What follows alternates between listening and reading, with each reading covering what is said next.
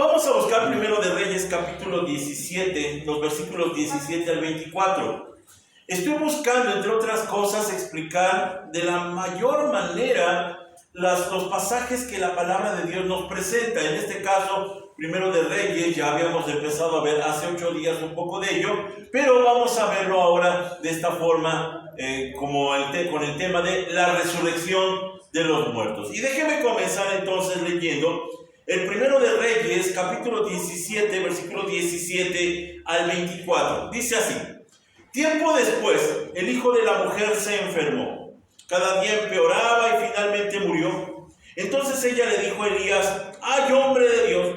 ¿Qué me ha hecho usted? ¿Ha venido aquí para señalarme mis pecados y matar a mi hijo? Pero Elías contestó: dame a tu hijo.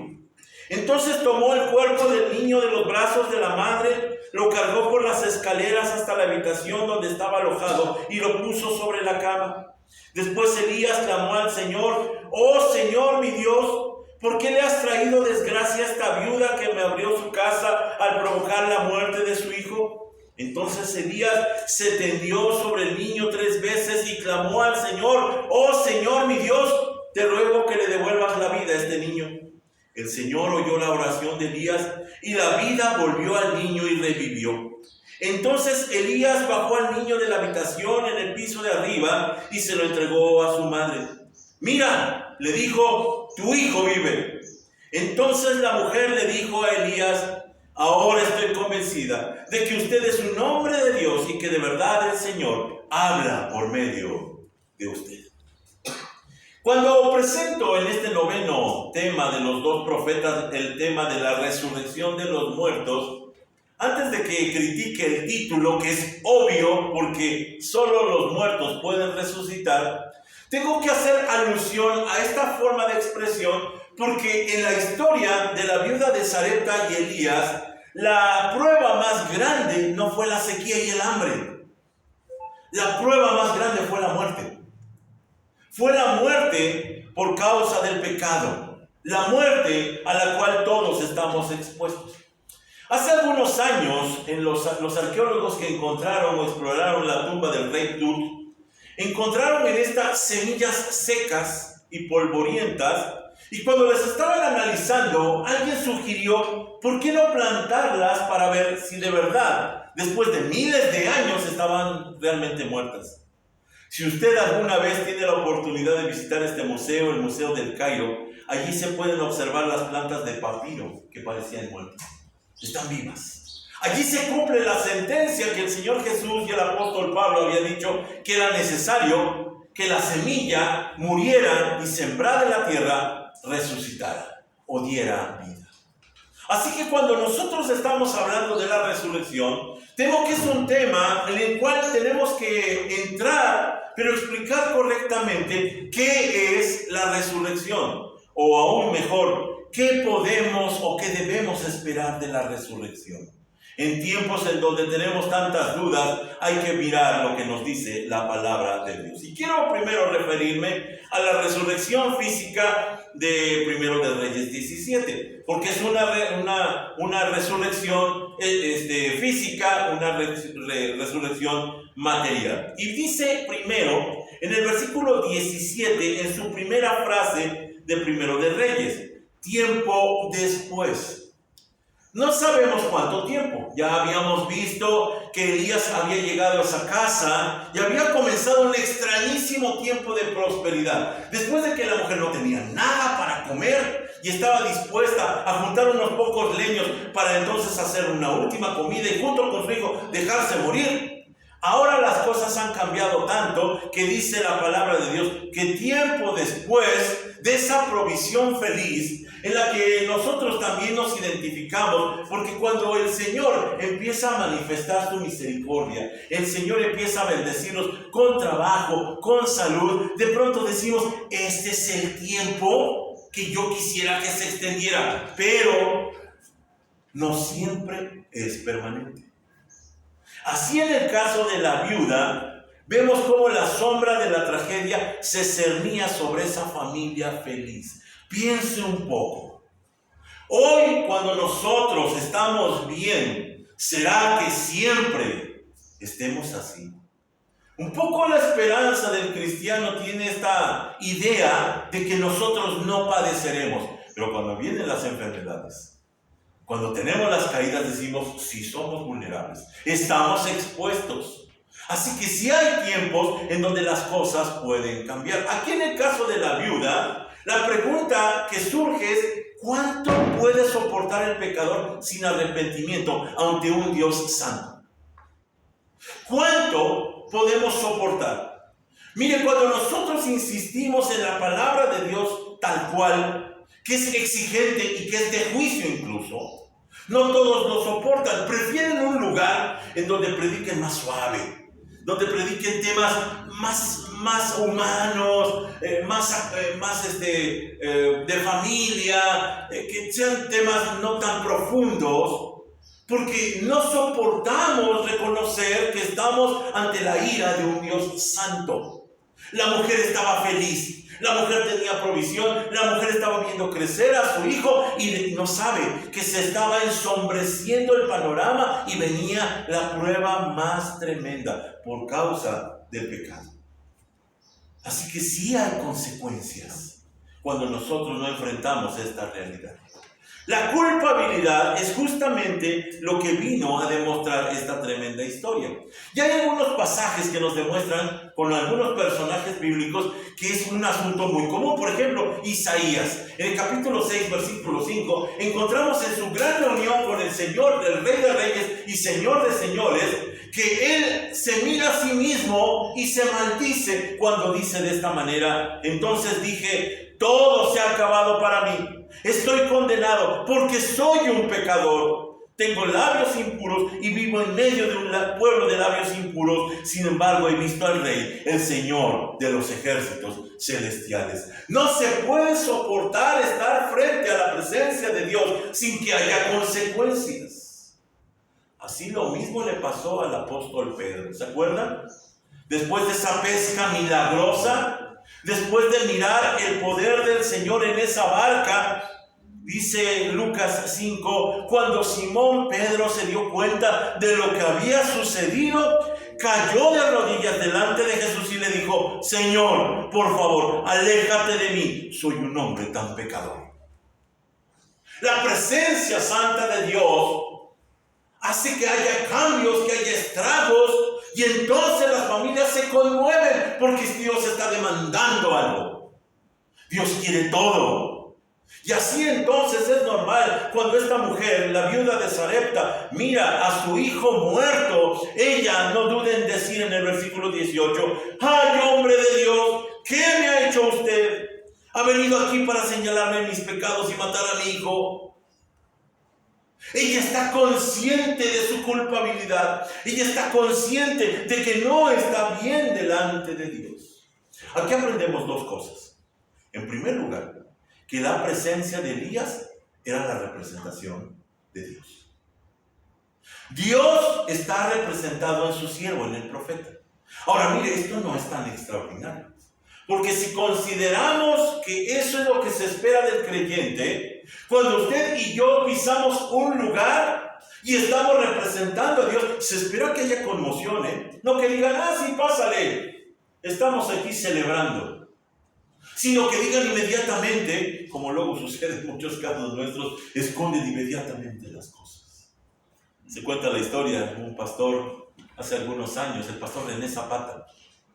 Decía que él, visitando a un hermano en un hospital, lo vio a lo lejos que estaba fumando, cuando todavía se permitía mucho el cigarro.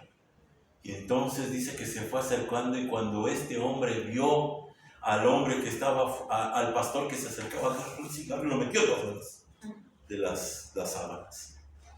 Y dice que entonces allí el pastor ya llegó y con toda calma le preguntó: ¿cómo está, hermano? Estoy bien, pero estoy muy cansado, quisiera dormir.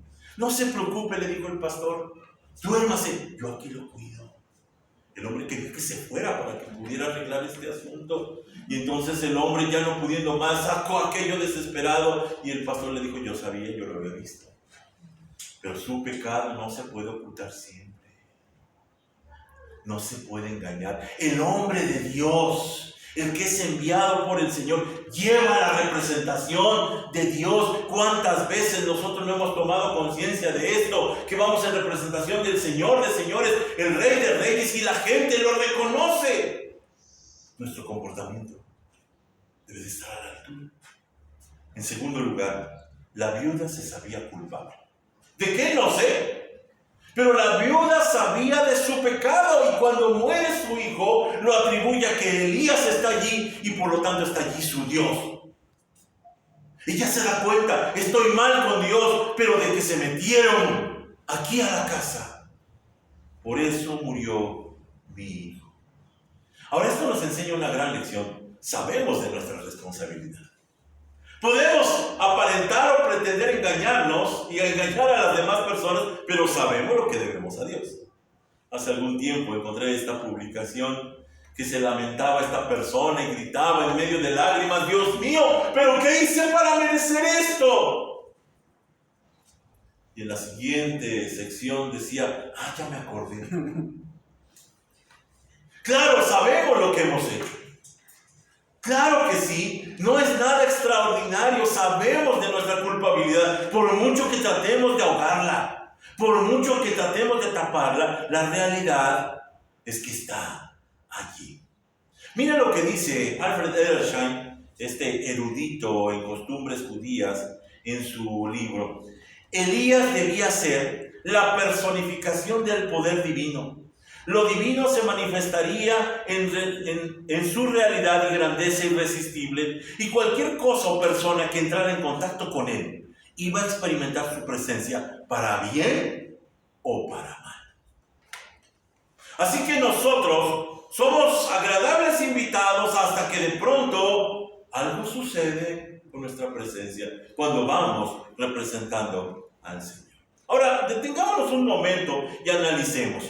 ¿Elías será que es solamente un ave de mal agüero? ¿Es un mensajero de juicio? Porque fue con Acab y le dijo: va a haber sequía hasta que yo lo diga. Y llega con la viuda y se muere su hijo. Nosotros diríamos: es el invitado que menos invitaría a la casa. No vaya a pasar algo. ¿Qué es él? ¿Un mensajero solamente de juicio que lleva solo malas noticias? Miren cómo lo entendió Crisóstomo, el padre de la iglesia del siglo III, que dijo lo siguiente: Elías tenía que aprender compasión en la casa de la viuda de Sarepta antes de ser enviado a predicar a su propio pueblo. Es decir, no solamente la lección tiene que ver con la viuda de Sarepta, sino también con Elías. Y Elías tiene que comprender lo que necesita el pueblo al que le llevó esa historia de juicio. Y suceden dos acciones de misericordia. Dos acciones de misericordia por parte de este hombre Elías. La primera la encontramos en el versículo 21 en su primera parte. Entonces Elías se tendió sobre el niño 3 veces y clamó al Señor. Lo primero que hace Elías es reconocer que no tiene poder. Qué bueno que nos esté enseñando eso. No tenemos poder. Por más que digamos que nuestra oración es poderosa, no tenemos poder. La oración no tiene poder. La oración tiene poder porque espera en Dios. No solamente es un conjuro, sino que espera en Dios. Y este hombre se identifica con el niño. Mire, no había un manual de procedimientos. No sabían qué hacer porque hasta ese momento el que se moría lo enterraban. Pero en ese momento a Elías se le ocurre que tal vez pueda revivir el niño. Y entonces lo único que se le ocurre es lanzarse encima de él, lo aplasta en 3 ocasiones, se tiende sobre el niño. Y cuando habla del número 3, no puedo dejar de pensar en los 3 días en donde el Señor Jesús estuvo bajo tierra. Un símbolo de la resurrección. Así que lo que está haciendo este hombre, Elías, al identificarse con el niño, es derramarse simbólicamente sobre él. Derrama su vida como queriendo compartírsela. Y miren, esta es una lección maravillosa cuando nosotros estamos viendo la necesidad de los demás. No basta con decirle, como dice Santiago, pues vayan y aliméntense bien y abríguense, sino hay que darles algo. Derramar nuestra vida sobre ellos generar sobre ellos compasión más que palabras. Algo que nosotros podemos ofrecer. Pero en segundo lugar, también ora. Como dice el pasaje, y clamó al Señor. Ora por el niño. Ahora, esta oración es agónica. Es una oración desesperada, porque él está en una casa como invitado y de pronto escucha el reclamo de la mujer diciéndole: por tu culpa y la culpa de tu Dios ha muerto este niño. ¿Cómo puedo entonces yo orar? Agoniza en su oración, depende de Dios. Y él dice: oh Señor mi Dios, te ruego que le devuelvas la vida a este niño. Ahora, detengámonos un momento y veamos. ¡Qué oración tan inusual! Hasta ese momento nadie había pedido que resucitara a alguien. Incluso David, cuando estaba pidiendo por el hijo de Betsabé, ¿se acuerdan? Él ayuna, él ora, pero no dice que resucitara al niño, sino que cuando muere dice: bueno, pues ya, se afeita, se levanta y se va a comer. Nadie había pedido algo semejante. Nadie había solicitado algo similar. Sin embargo, cuando nosotros observamos hoy en el nuevo pacto, esta debe ser la oración de todo creyente: sálvalos de la muerte, Señor. Rescátalos con tu poder. Es una oración común en los labios del creyente que agoniza por los demás. Mire qué fácil es orar y decir: estamos orando por nuestra mayor, estamos orando por las necesidades de fulano, sultano. Pero realmente pedirle al Señor: Señor, si no haces algo, esto va a ser una tragedia. Y tomarlo como algo personal, sufriéndolo. No cabe duda que nuestras oraciones y nuestras lágrimas son lo que hacen germinar las plantas de resurrección.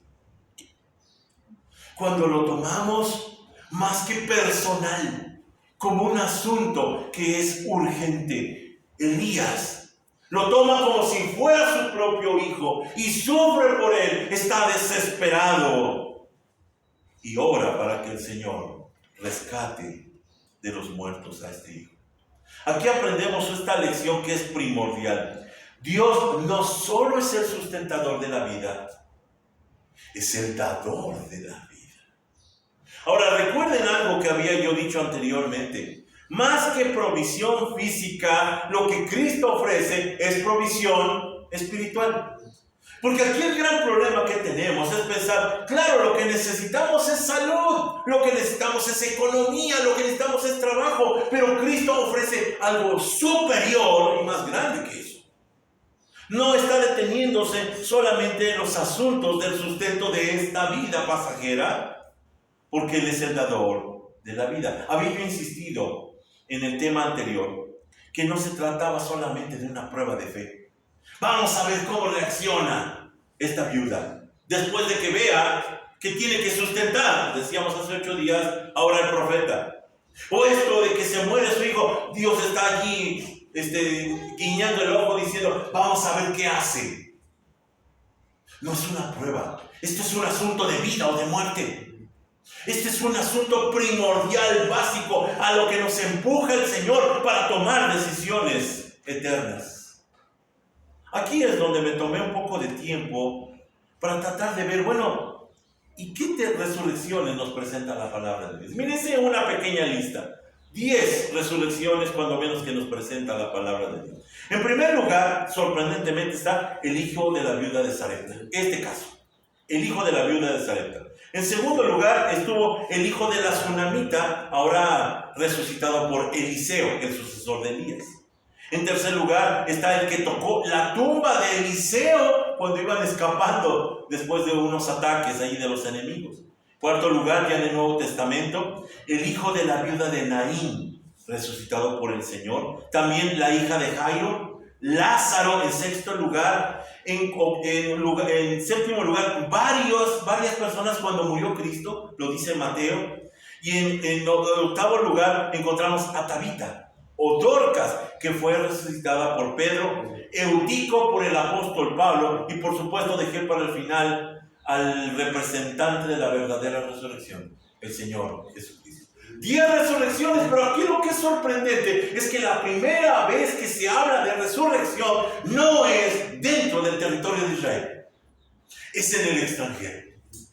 Es en un lugar pagano, inhóspito, el hogar de la viuda de Sarepta. Allí es donde se da este hecho sin precedentes. Y entonces entendemos lo que Dios está buscando con este hecho tan milagroso. En primer lugar, Elías debía reconocer a Dios como el Dios de la resurrección. Antes de que lo enviaran con Acab y enfrentar a los 400 profetas de Baal, este hombre tenía que aprender que Dios no solamente era el poderoso sustentador, el dador de la lluvia, sino que era el Dios de la resurrección. Y escuche esto. Elías no esperaba esta lección. Cuando muere el hijo de esta viuda, él no sabe qué hacer. Realmente no hay, como decíamos, un manual. Él está desesperado. ¿Cómo puedo yo perjudicar a esta mujer que me ha dado parte de su hogar? Así que en ese momento está él aprendiendo que la esperanza de Israel no es el sustento físico y material. No son las promesas de sustento que nosotros también estamos buscando, sino sobre todo es la resurrección. Después de muertos, tener vida. Y adivinen, los que van a la cabeza son los gentiles, ni siquiera el propio pueblo de Israel. En segundo lugar, la segunda lección es que la viuda debía reconocer a Dios como el Dios de la verdad y de la gracia. No solamente Elías como el Dios de la resurrección, sino la mujer como el Dios de la verdad y de la gracia. Y para eso, hermanos míos, es despertada su conciencia de pecado. Cuando ella dice, no cabe duda que no murió por enfermedad, sino por causa de Elías y de su Dios.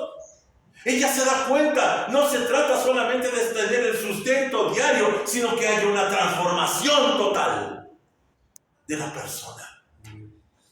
Nosotros los que escuchamos constantemente la palabra de Dios, nuestras vidas siguen igual y monótonas, siguen sin cambios. La mujer tuvo que entender que no cabía duda que lo que mató a su hijo no había sido la enfermedad. Había sido Dios, porque Dios es el dueño de la vida. Y hay un cambio radical de actitud, porque en la ocasión anterior habíamos dicho cómo se expresa ella. Ella había dicho del profeta, el Señor su Dios, no mi Dios, su Dios. Pero miren lo que pasa en el versículo 24. Entonces la mujer le dijo a Elías, ahora estoy convencida de que usted es un hombre de Dios y que de verdad el Señor habla por medio de usted. Ahora ya no es una oyente, ahora ya no es una simpatizante, ahora pertenece al cuerpo de Dios. Pertenece al pueblo de Dios. Así que hay un cambio por una prueba, la prueba más tremenda que ella pudo experimentar. Edershan termina diciendo, los rabís ven en esta historia una anticipación de la resurrección de los muertos. Pero déjenme dar un giro, porque estamos hablando de una resurrección física tal cual sucedió en el caso de la viuda de Sarepta. Sin embargo, lo que nos presenta la palabra de Dios es la resurrección espiritual. Déjeme explicarme un poco mejor y déjeme primero comentar lo siguiente. La historia de la redención incluye el justo juicio de Dios. No pueden estar separados. Nosotros queremos el amor de Dios, sí, pero antes tiene que ir el justo juicio de Dios. Y por eso es necesario nuestro Señor Jesucristo en la cruz. Así funciona. No hay gracia sin juicio. Nosotros tenemos gracia gracias al precio que pagó en el juicio del Señor Jesucristo. Así que el pacto, en segundo lugar, eran las obligaciones de escuchar la palabra de Dios para ser el pueblo de Dios. Este es un pacto de obras. Tenían entonces que escuchar la voz de Dios, y quebrantar ese pacto obligaba al juicio. ¿Qué hacer? Surge la gracia. Esta es la respuesta de Dios. La respuesta de Dios es, bueno, no te preocupes, yo lo pago. Envío a Jesucristo. Esta es la respuesta de la justicia divina. Ahora, regresando al tema del que estamos partiendo, Elías viene anunciando o anticipando el reino de Dios en su aplicación mundial. ¿Por qué? Porque estos eventos están sucediendo no en la tierra de Israel, están sucediendo en el extranjero, fuera de la comarca de Israel. Así que está anticipando lo que sería la iglesia, usted y yo, que no somos judíos y nunca lo fuimos y nunca lo seremos, solamente somos judíos espirituales.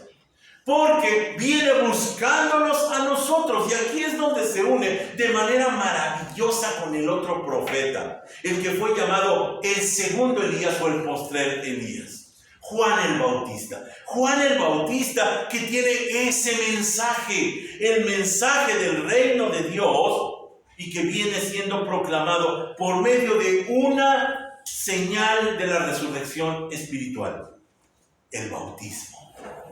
El bautismo es la señal de la resurrección espiritual. Mire, quien lo sintetiza y perfectamente es el teólogo por excelencia, el apóstol Pablo, cuando dice en Romanos 6:4: pues hemos muerto y fuimos sepultados con Cristo mediante el bautismo. Ahí está la señal. Y tal como Cristo fue levantado de los muertos por el poder glorioso del Padre, ahora nosotros también podemos vivir una vida nueva. Así que ese es el mensaje.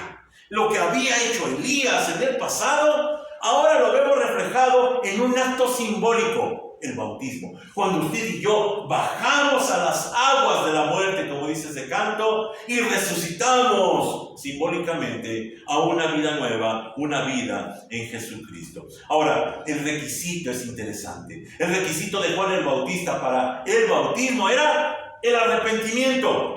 Arrepiéntanse y bautícense, para que entonces suceda como en el caso de la viuda. La viuda, cuando se da cuenta que su hijo murió, dice: el problema soy yo, el problema es mi pecado, y el problema es que Dios ni se acordaba de mí ni de mi pecado. Pero ahora tengo que enfrentar la situación, tengo que enfrentar la realidad, y para resolver la culpabilidad, Dios ofrece el arrepentimiento. Este es el sistema que Dios ofrece. Estás lleno de pecados, estás lleno de inseguridades, estás lleno de estas situaciones que amargan tu existencia. La solución es el arrepentimiento. Y por eso, comenzando desde Juan, toda la iglesia siempre insistían en este mensaje, como dice Hechos 2:38: arrepiéntanse y bautícense todos ustedes en el nombre de Jesucristo, para que sus pecados les sean perdonados. Así que no basta con sentirse culpable, hay que arrepentirse. Déjeme presentarle este testimonio. Hace más de 10 años, mi esposa y yo tuvimos la oportunidad de asistir a un retiro espiritual, en el cual llegamos, como todos, de muy mala gana, indispuestos totalmente, pero donde se nos enfrentó a nuestra realidad espiritual y nuestros problemas sociales que eran muy comunes. Y allí, en medio de conferencias, en medio de oraciones, en medio de un trabajo que duró 2 días y medio más o menos, fuimos confrontados y fuimos llevados a la restauración espiritual. Y había solamente una tarea: teníamos que regresar a la casa y arreglar las cosas con quienes habíamos tenido problemas. Llenos obviamente de optimismo, de bendición, lo primero que hacíamos era buscar a la esposa, a buscar al esposo, buscar a los hijos y hablar con ellos y decirle: perdóname si te he fallado, perdóname si he hecho mal las cosas. En acto seguido eran los padres, los hermanos. Y aquí lo que es curioso es que cuando llegábamos ante ellos y les decíamos: papá, quiero que me perdones por esto y por esto que he hecho, y también yo quiero perdonarte, no siempre lo aceptaban. Y decían: pero ¿de qué te voy a pedir perdón si estamos bien? ¿De qué te voy a perdonar? Era una confrontación muy dura y nos habían advertido: no va a resultar, pero ustedes tienen que hacerlo. Hermanos, fue glorioso. A pesar de que la gente se resistía en un momento dado, las relaciones se unían. sanaban las relaciones. Y damos gracias a Dios porque fue la mejor época de nuestra vida. Mis dos padres todavía tuve oportunidad de restaurar tantas cosas y cuando menos casi 10 años los tuve para que ellos disfrutáramos la cercanía, ya sin ningún resentimiento. Aquí nos preguntamos, ¿aún cree que el arrepentimiento no es para usted? Porque nosotros nos hemos amañado y nos hemos convencido a nosotros mismos. Yo estoy bien con todos. Yo estoy en paz. No es cierto. Déjeme decirle, no es cierto. Tenemos que buscar el perdón. Tenemos que buscar el arrepentimiento. Porque eso es la base, es la semilla que germina para una vida nueva. Eso es lo que provoca la resurrección espiritual. Ahora, déjeme regresar entonces al tema de la resurrección espiritual. Y déjeme comenzar con esta pregunta. ¿Es resucitar la carne? La resurrección, cuando hablamos de resurrección, ¿es resucitar la carne forzosamente?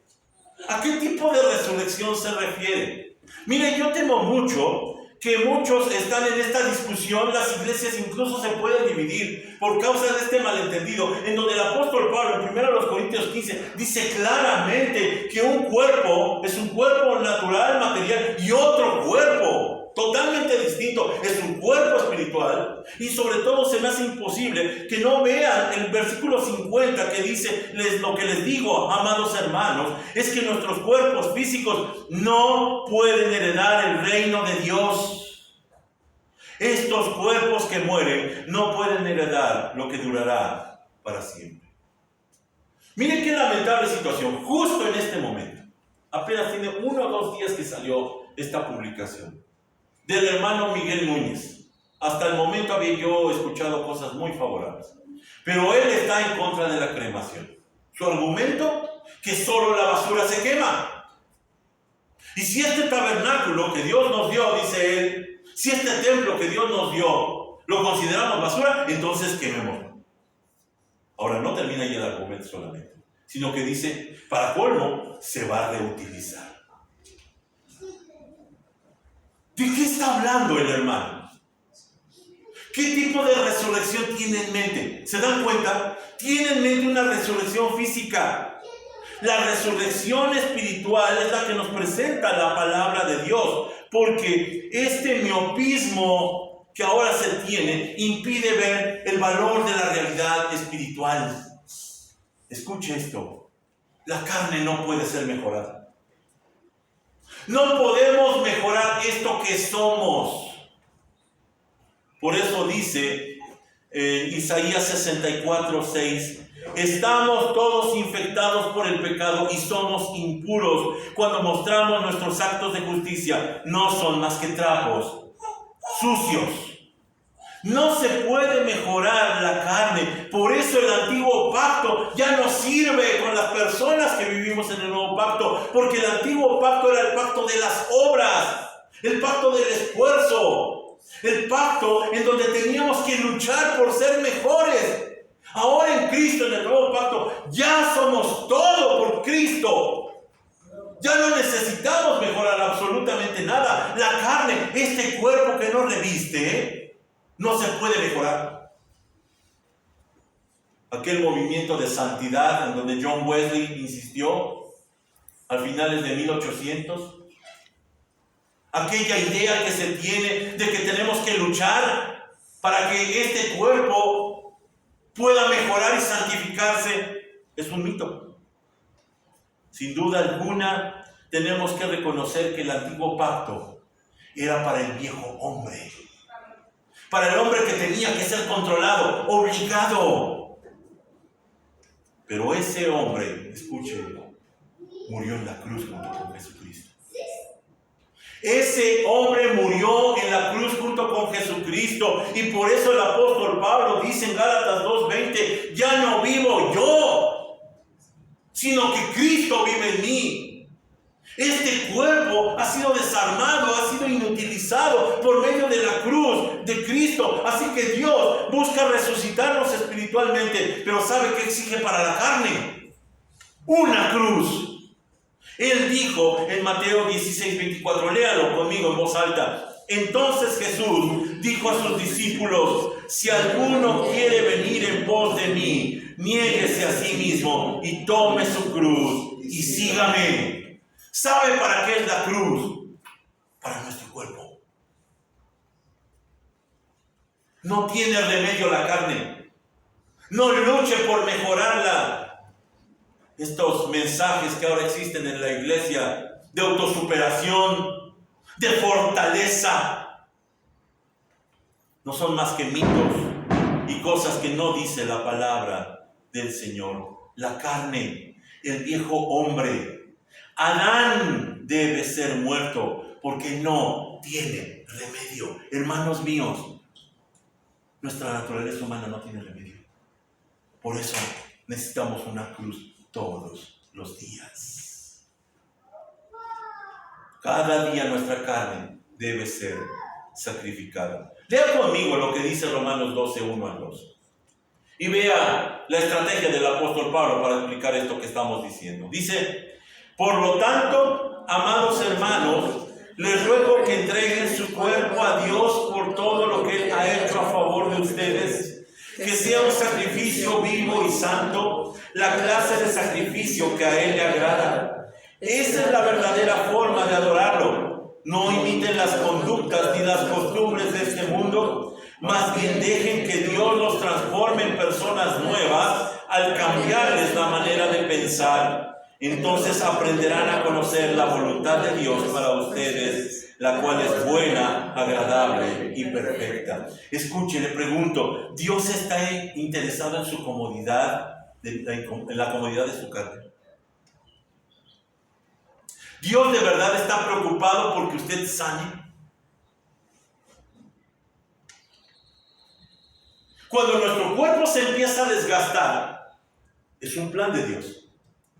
No confíes en tu salud, no confíes en esta carne. Y nos empezamos a hacer viejos. Y empiezan a fallar las cosas. Y nosotros venimos rápidamente con Dios. ¡Oh Dios, sáname! ¿Sabe qué le dijeron al apóstol Pablo? Mi poder se perfecciona en tu debilidad. En lo que usted y yo queremos sentirnos fuertes en esta carne. ¿Sabe qué es lo que quiere Dios? Que esté siempre débil, dependiendo de Dios. Aquí está una equivocación muy grande. Cuando nos hacen pensar y creer que debemos ser fuertes y poderosos, no es cierto. Lo que Dios quiere es que seamos débiles. Y si incluso por medio de la enfermedad nos los va a demostrar, lo va a hacer. No confíes en la carne. Ese cuerpo no me sirve, dice el Señor. Tiene que ser destruido, tiene que ser muerto, tiene que ser crucificado. Lo que tiene que ser renovado es el espíritu. Es nuestra mente, es nuestro corazón. Aquí pregunto, ¿nuestra oración o nuestras peticiones de oración son para satisfacer o restaurar la carne? Porque temo que en muchas ocasiones estamos pensando así. Señor, sáname. Señor, dame de comer. Señor, danos trabajo, danos economía. Todo para la carne. O estamos orando, Señor, a pesar de cómo estoy, purifica mi espíritu. Engrandece mi espíritu. Fortalece mi espíritu. Porque eso es lo más importante. ¿Cómo hemos perdido el tiempo en otros lados? ¿Cómo perdemos el tiempo y no hacemos caso entonces al llamado del Señor? Ahora aquí la pregunta es, ¿y por qué insistimos en las obras de la carne? ¿Por qué insistimos en esto físico y material? Le respondo con algo escalofriante. Porque no hemos creído que Cristo es suficiente. Necesito sentirme fuerte. Quiero tener dinero. Pero en realidad reconozco que Cristo no es suficiente. Y escuche esto, no creerlo es insultante para Dios. No creer que Cristo es suficiente es insultante para Dios. Y cada obra religiosa no glorifica a Dios, sino lo insulta. Cuando nosotros estamos tratando de arreglar esta carne, Esta carne hay que destruirla. Vaya, no estoy diciendo que de aquí en adelante no cuide su salud. Pero el plan de Dios no es que usted y yo permanezcamos en este cuerpo. Lo que Dios está buscando es que crezca lo espiritual. Cuando nosotros consideramos que Cristo no es suficiente, justamente surge allí este pasaje en donde el Señor le llama blasfemia en Mateo 12. Por eso les digo, cualquier pecado y blasfemia pueden ser perdonados, excepto la blasfemia contra el Espíritu Santo, que jamás será perdonada. El que habla en contra del Hijo del Hombre puede ser perdonado, pero el que habla en contra del Espíritu Santo jamás será perdonado, ya sea en este mundo o en el que vendrá. ¿Sabe qué es hablar en contra del Espíritu Santo? Cuando no queremos reconocer sus obras. Eso es lo que estaba pasando. En ese momento lo que estaba sucediendo en alrededor del Señor es que decían que Él estaba actuando por su propia cuenta. Y esto es no reconocer la obra del Espíritu Santo. Cuando rechazamos la obra del Espíritu Santo es causa de condenación. Mire que a mí me da un terror a veces abrir las redes sociales. Porque obviamente tengo puros amigos cristianos. ¿Y sabe qué es lo que se publica? Todos dan gracias a Dios en un diario abierto. Yo no sé por qué esa costumbre, que todos los demás se enteren de lo que estamos viviendo. Qué inseguridad tan tremenda. Mírense esa crítica al margen. Pero tienen que publicar que fueron a visitar, que fueron a predicar, que fueron al hospital, que fueron puras obras de la carne. Y dicen al final como una burla. Y todo esto es para gloria de Dios. Es para gloria de ellos. No han aprendido aquello de que tu mano derecha no sepa lo que hace la izquierda. Pura carnalidad. Están luchando con lo que dice este hermano. Este cuerpo tenemos que cuidarlo. Sí, porque somos administradores. Pero este cuerpo no es del interés del Señor. Él lo quiere destruir. Cada vez que se sienta más enfermo, de gloria a Dios, nos va acercando a nuestro verdadero cuerpo, el cual puede estar en la presencia del Señor. Déjeme concluir entonces con lo siguiente, porque tras lo declarado preguntamos, ¿y entonces qué hacemos? ¿Qué hacemos? Porque lo que Dios quiere hacer en nuestras vidas es obrar Él. No que obremos nosotros, porque nuestras obras están equivocadas. Dejarlo que haga en nosotros su obra. Eso es lo que quiere hacer. Y para que pueda hacer su obra, tenemos que matar a este. Tenemos que matar a este cuerpo. Tenemos que destruirlo, si no, no puede hacerlo. Porque este cuerpo lo que quiere es gozar, comer, sanar. Esto es lo que quiere este cuerpo. A él no le interesan las cosas espirituales. Tenemos que matarlo. Déjeme comentarlo con esta frase que puede sonar temeraria. Dios preferiría que siguiéramos pecando antes que pretender automejorarnos. ¿Sabe qué es más odioso para Dios? Cuando pretendemos que ahora vamos a mejorar por nuestras fuerzas. Le respondo, ¿por qué? Porque el pecado es resultado de nuestra humanidad. Es nuestro cuerpo. El apóstol Pablo así le dijo, miserable de mí, ¿quién me librará de este cuerpo de muerte? Él está anhelando el día que sea despojado de este tabernáculo que solamente le causa sufrimiento, al cual el Señor no quiere restaurar, sino que dice constantemente, mi poder se perfecciona en tu debilidad. Es normal, pero lo que no es normal es que pretendamos ser dioses tratando de mejorarnos a nosotros mismos, tratando de ser más cristianos, mejores personas. Olvídelo, espere en Dios. Nosotros nunca seremos mejores personas, sino que Cristo es la única joya que debe brillar en nuestras vidas. Nuestro carácter debe de ser anulado. Nuestro cuerpo debe ser anulado. Nuestro yo debe ser anulado, muerto todos los días en la cruz, para que Cristo brille en toda su gloria. Y no quepa duda, igual como la mujer que mira a Elías y dice: por causa tuya y de tu Dios, mi hijo ha muerto. Y ahora se aplique: por causa tuya y de tu Dios que vive en ti, mi hijo vive. No por ti, sino por Cristo.